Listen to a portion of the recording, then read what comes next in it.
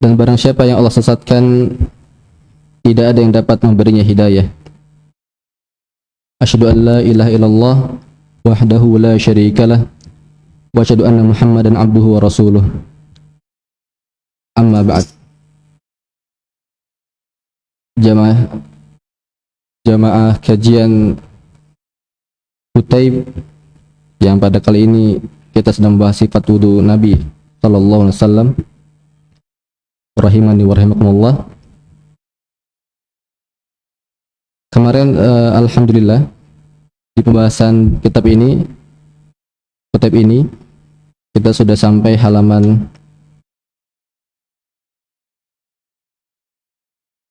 15 ya. Bagi yang belum dapat kutipnya, mungkin jika ada kutip sisa bisa minta tolong dibagikan Pak Adin, atau kutip sisa ada di dalam situ.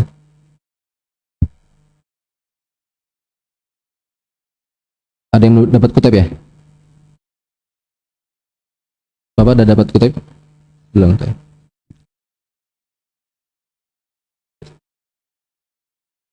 Kemarin kita sudah bahas dari kutip ini langsung dari halaman 3 sampai halaman 15.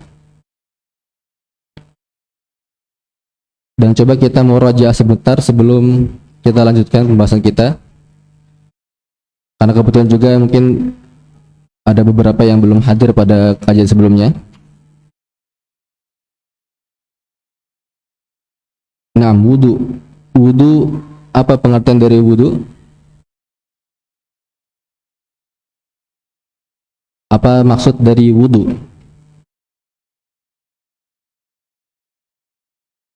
Wudu itu kegiatan bersuci dengan air suci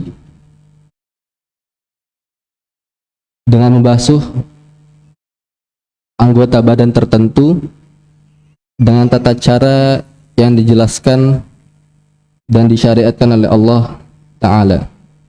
Diulangi, wudu ini tidak ada di buku ya, bisa ditulis bagi yang bawa pulpen atau pena,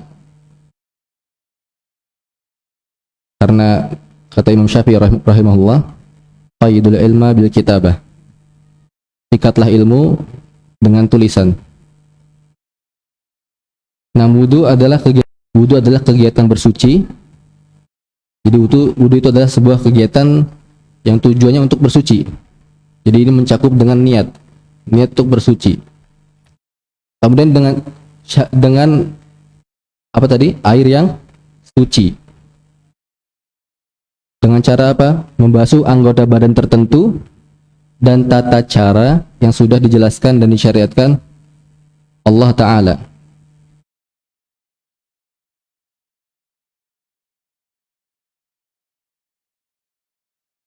Apa dalilnya tentang wudu, tentang persyariatan wudu ini? Itu dalam surat Al-Maidah ya. Dalam surat Al-Maidah ayat 96.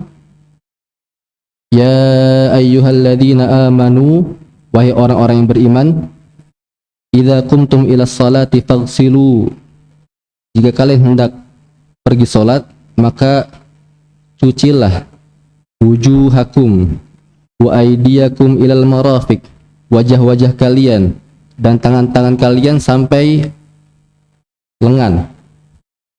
Wamsahu bi ru'usikum wa arjulakum ilal ka'bain, dan basuhlah kepala kalian dan kaki-kaki kalian sampai mata kaki. Di surah Al-Maidah ayat 96. Dan ini semua mencakup yang disebutkan tadi adalah wajib-wajib wudu, yang mana jika tidak dilakukan maka tidak sah ya. Kira-kira ada tidak yang tidak termasuk yang sehari-hari kita berwudu tetapi tidak disebutkan dalam ayat tadi? Ada ya, seperti menggosok kedua tangan sebelum wudu, membaca bismillah sebelumnya, tidak disebutkan di sini dalam ayat ini. Kemudian kumur-kumur juga tidak disebutkan, dan juga baca doa setelah wudu juga tidak disebutkan. Itu dijelaskan dalam hadis Nabi SAW dalam bentuk pencontohan yang setelahnya diriwayatkan oleh para sahabatnya. Jadi pensyariatan wudu itu dari mana? Dari ayat 96 surat Al-Maidah. Tapi kalau pertanyaannya, pertanyaan murajah lagi. Ada yang hadir pada kajian sebelumnya di sini? Ini Pak Widi saja ya? Saja juga ya? Baik. Hukum membaca bismillah sebelum wudu itu apa kira-kira? Apakah wajib? Artian harus dilakukan, jika tidak dilakukan maka tidak sah wudunya, atau sunnah, jadi kalau tidak dilakukan maka tetap sah wudunya? Sunnah. Nah, mumtaz. Baik, jadi di buku kitab ini, yang mana kitab ini itu di murojaah, dibaca dan diperiksa oleh Syekh Abdullah bin Abdurrahman Al-Jibrin, yang mana ini Syekh atau ulama kabir ya, ulama kibar ketiga setelah Syekh bin Baz dan Syekh Utsaimin, sekelas kira-kira. Doa liman lam yadhkur ismallahi alaihi. Zahir hadis tersebut adalah menunjukkan wajibnya membaca bismillah sebelum wudu. Kalau di terjemahan tidak sempurna wudu, tapi jika kita lihat zahirnya, jika kita lihat dari bahasa Arabnya, la wudu'a, la di sini adalah la an-nafiyah, artinya adalah tidak ada wudu bagi siapa yang tidak membaca nama Allah terhadap wudu padanya. Maka dengan kehati-hatian kita meyakini sunnah, tetapi kita usahakan untuk terus dibacakan. Jika lupa ketika wudu, misal lupa, kemudian kita masih wudu membasuh tangan, kita ingat belum baca bismillah, maka baca bismillah, tidak apa-apa. Sedang basuh tangan, lupa membaca bismillah, baca bismillah ketika ingat. Atau kita selesai setelah cuci kaki, membasuh kaki sampai mata kaki, lupa, ya sudah, tidak apa-apa. Insya Allah udah tetap sah. Tapi untuk menjaga hati-hatian dan kita tidak menutup mata, bahwasanya ada juga para ulama yang mengatakan wajibnya bismillah sebagaimana wajibnya niat. Mereka mengatakan, maka kita tidak bisa, atau lebih baik tidak bermudah-mudahan dalam meninggalkan atau tidak mengamalkan bismillah sebelum wudu. Pertanyaan murajah lagi. Apa hukum atau boleh tidak setelah wudu kita basuh air-air yang masih tertinggal pada anggota badan kita, misal di muka, di rambut, di kaki, di tangan, boleh nggak kita membasuhnya sampai kering? Gimana Pak Cecep? Boleh. Naam, boleh. Kita sudah jelaskan pada pertemuan berikutnya. Memang ada yang bilang makruh ya. Nanti kita sebutkan dalilnya kenapa makruh. Tapi kita juga sebutkan bantahannya kenapa tidak sampai makruh. Kemarin kita sebutkan orang-orang yang menyebut orang-orang yang mengatakan, berpendapat atau ulama mengatakan bahwasannya membasuh air setelah wudu itu makruh. Yang pertama berpendapat dari dalil bahwasanya ada seorang wanita yang menyodorkan handuk kepadanya, tapi Nabi Muhammad SAW menolaknya. Maka kemarin kita jelaskan bagaimana penolakan Nabi Muhammad SAW bukan dalil makruhnya membasuh air setelah wudu, karena bukti bahwasannya ada orang yang menyodorkan handuk, itu bukti bahwasannya sebelumnya Rasulullah pun sering begitu menggunakan handuk setelah wudu. Ketika itu ditolak, mungkin saja handuknya kotor atau handuknya milik orang lain yang tidak dikenal, atau banyak kemungkinan yang lain. Dan ada hadis sahih yang kemarin disebutkan juga bahwasanya Nabi Muhammad memiliki handuk khusus untuk wudu.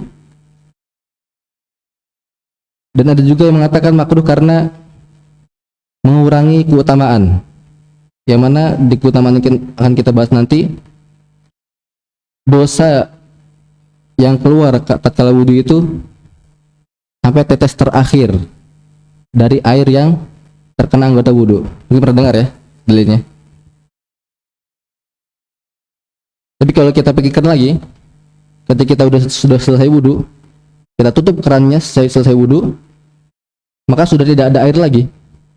Maka semua dosa yang sudah terkena, ya, air yang sudah membersihkan dosa sudah selesai, tidak akan menambah lagi. Jadi jika dihapus dengan air handuk, maka itu tidak mengapa, tidak mengurangi keutamaan penghapusan dosa. Jelas ya?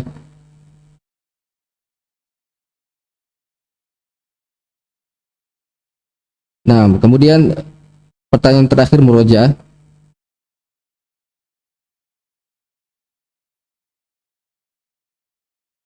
Istinsyak dan istinsar. Nah, apa itu istinsyak dan istinsar?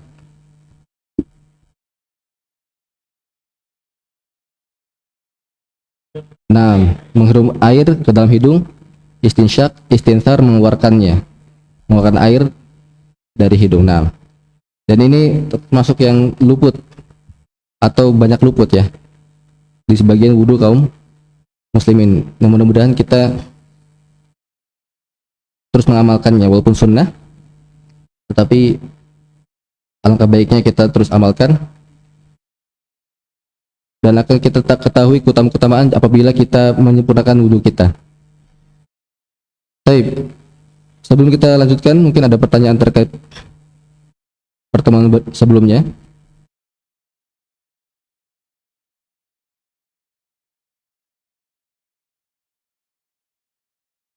Baik, kalau begitu kita lanjutkan. Insyaallah pada pertemuan kali ini kita akan membahas tentang keutamaan wudu. Kita belum melanjutkan dari bukunya. Sementara ini kita keluar sebentar dari buku type ini. Kita membahas keutamaan wudu. Keutamaan wudu yang pertama adalah, insyaallah kita tahu semua, yaitu adalah menghapuskan dosa. Dalilnya banyak sekali, akan dibacakan beberapa. Yang pertama dari Abu Hurairah radhiyallahu anhu, bahwasanya Rasulullah sallallahu alaihi wasallam bersabda, "Idza tawadda'a al-'abdul muslim awil mu'min." Di sini rawi ragu ya antara muslim atau mukmin. Ini tidak masalah. Artinya apabila seorang hamba muslim itu berwudu, atau hamba yang beriman itu berwudu, agosala wajhahu, kemudian dia membasuh wajahnya, kharaja min wajhihi kullu khati'atin nadhara ilaiha ma'al ma'. Keluar dari wajahnya semua dosa-dosa yang pernah diperbuat oleh wajahnya dengan melihat sesuatu yang haram bersama air wudu, au ma'akhiri qataril ma', atau keluar dengan tetesan terakhir air wudu. Fa idza ghasala yadayhi kharajat min yadayhi kullu khati'atin kanat batishatha yadah ma'al ma'. Dan apabila dia mencuci tangannya, maka keluar kesalahan-kesalahan yang pernah ia lakukan dari tangannya bersama dengan air, au akhir qataril ma', atau tetesan terakhir air yang keluar pada tangannya. Fa idza ghasala rijlaihi kharajat kullu khati'atin masyat rijlahu. Dan apabila dia membasuh kakinya, kedua kakinya, maka keluar dari kakinya semua kesalahan yang kakinya pernah berjalan kepadanya. Masyad harijlahu.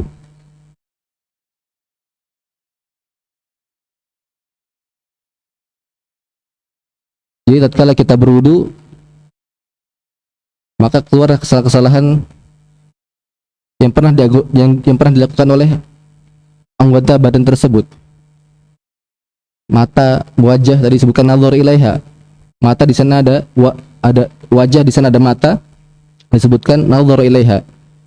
Yang disebabkan oleh dia melihat sesuatu yang haram, yang maksiat. Ketika wudu, kesalahan tersebut ikut keluar bersama dengan air wudunya. Tangannya misal pernah memukul orang atau menyentuh sesuatu yang haram, maka bisa juga keluar tatkala wudu kesalahannya bersama dengan airnya.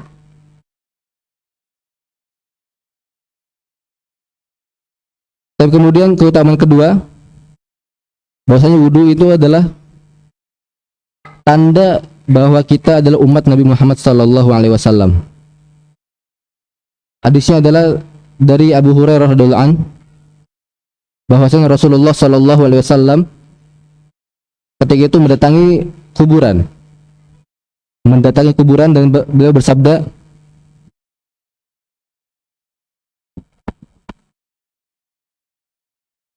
Assalamualaikum dara qaumi mu'minin. Assalamualaikum ahli kubur. Wa inna insyaallah bikum lahikun. Sesungguhnya kami insyaallah akan menyusul kalian. Waditu law anna qad ra'ayna ikhwanana. Sungguh aku ingin melihat saudara-saudara aku, kata Rasulullah SAW. Qalu, mereka berkata, yang sahabat-sahabat yang berada di sekitarnya, awalasna ikhwanaka ya Rasulullah. Apakah kami bukanlah saudara-saudaramu wahai Rasulullah? Qala antum ashabi. Kata Rasulullah, kalian adalah sahabat-sahabatku. Wa ikhwanuna alladziina lam ya'tu ba'd. Yang dimasukkan dengan saudara-saudaraku adalah yang belum ada, yang belum datang sekarang. Faqalu kaifa ta'rifu ma lam ya'ti min ummatika ya Rasulullah? Bagaimana kamu mengetahui bahwasanya orang itu akan termasuk dari umatmu wahai Rasulullah, padahal mereka belum datang atau belum ada saat ini? Qal ara'aita law anna rajulan lahu khayl ghurra muhajjalah. Rasulullah bersabda, apa pendapatmu jika seseorang memiliki kuda yang punyai tanda putih? Biasanya kuda ada tanda putih di mukanya, putih bersih. Baina dhahrai khayli duhmin buhmin. Di antara kuda ini, seorang milik kuda dengan tanda putih. Memang dari lahir ada putihnya seperti itu. Di antara kuda-kuda yang hitam legam. Ala ya'rifu khaylah. Apakah pemilik kuda ini akan tahu mana kudanya? Bala ya Rasulullah, tentu ya Rasulullah. Qal fa innahum ya'tu ghurra muhajjalina min atharil wudu. Rasul menjawab, ya sungguh umatku yang belum datang sekarang ini, nanti di hari kiamat mereka akan datang dengan tanda putih bersinar karena bekas wudunya. Jadi wudu adalah tanda kita seorang muslim, tanda kita umat Muhammad sallallahu alaihi wasallam. Kemudian keutamaan yang selanjutnya, dan ini ada syaratnya jika ingin mendapatkan keutamaan ini. Syaratnya adalah kita sempurnakan wudu kita. Artinya apa sempurnakan wudu kita itu? Kita kerjakan sunnah-sunnahnya, wajib-wajibnya, kita kerjakan semuanya. Jadi dalam wudu ada sunnah dan ada wajib. Sunnah wudu dan wajib wudu. Sunnah wudu jika tidak dikerjakan, maka wudunya tetap sah, tetapi tidak sempurna. Tapi tetap sah, tetap bisa sholat. Ada wajib wudu, jika tidak dikerjakan, maka wudu tidak akan sah. Mudahnya kalau kita mau tahu wajib wudu, hafalkan ayat 96 dari surat Al-Maidah. Pendek, mungkin hanya 2 baris ya. 2 sampai 3 baris.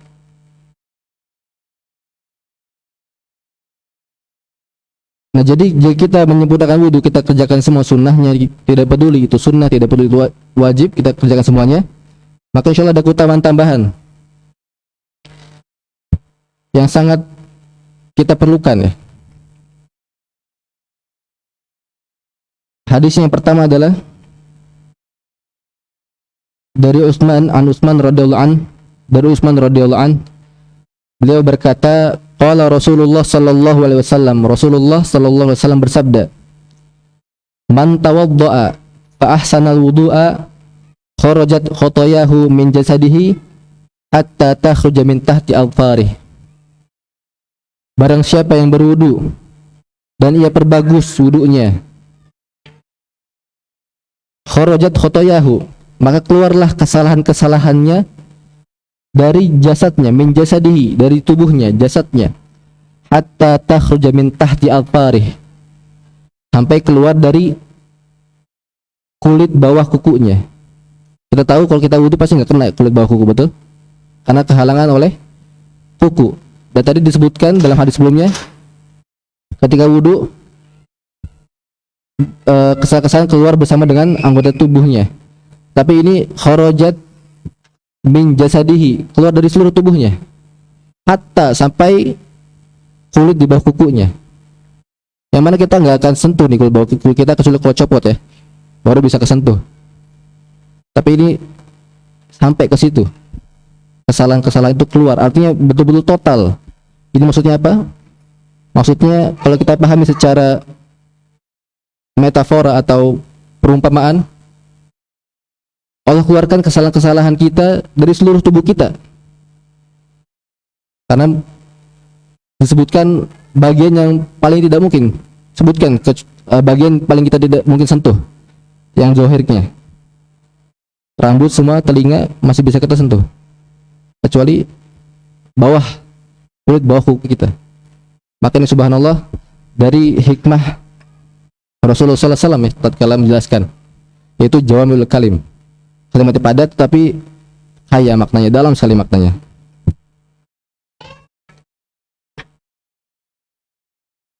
Kemudian hadis yang lain disebutkan dari Utsman lagi, sahabat Utsman radhiyallahu an, beliau berkata, qala Rasulullah sallallahu alaihi wasallam, Rasulullah SAW bersabda, man tawaddaa hakadha ghufira lahu ma taqaddama min dzambi.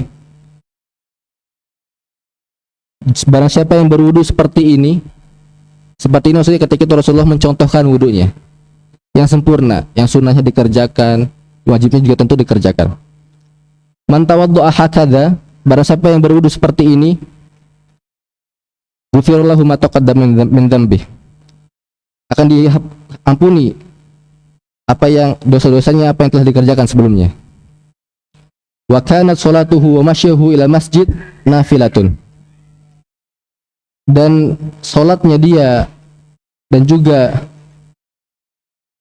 apabila dia salat setelahnya dan juga apabila dia jalan ke masjid, nafilatun, sebagai tambahan ampunan dosa. Jadi jika dia wudu saja itu akan diampuni dosanya, dan apabila setelah wudu dia sholat lagi, sholat sunnah mutlak setelah wudu, atau dia jalan ke masjid, maka itu perbuatan itu dihitung sebagai nafilah, tambahan ampunan dosa, ditambahkan kebaikannya. Kemudian keutamanya ketiga daripada kita menyempurnakan wudu kita, yaitu adalah hadis dari Abu Hurairah radhiyallahu an, beliau berkata, qala Rasulullah sallallahu alaihi wasallam, man tawaddaa fa ahsanal wudu'a thumma raha ila al-masjid thumma raha fawajada an-nasa qad sallu atahu Allahu mithla ajri man sallaha wa hadaraha la yanqusu zalika min ajrihim syai'a. apabila seseorang berwudu dan ia perbagus wudunya, kemudian ia pergi sumaroha ke masjid, setelah wudu dia pergi ke masjid, fawajadan nasa qad sallu, ternyata dia sampai masjid orang-orang sudah selesai sholatnya. Tapi masjid orang-orang sudah selesai sholatnya. Fawajadan nasa qad sallu, a'tahu Allahu mithla ajri man shallaha wa hadaraha. Allah tuliskan, Allah berikan untuknya pahala seperti ia sholat berjamaah dan menghadiri sholat berjamaah. La yanqusu dzalika min ajrihim syai'a, tidak mengurangi pahala dari orang-orang yang sudah ikut bersolat berjamaah. Jadi artinya apabila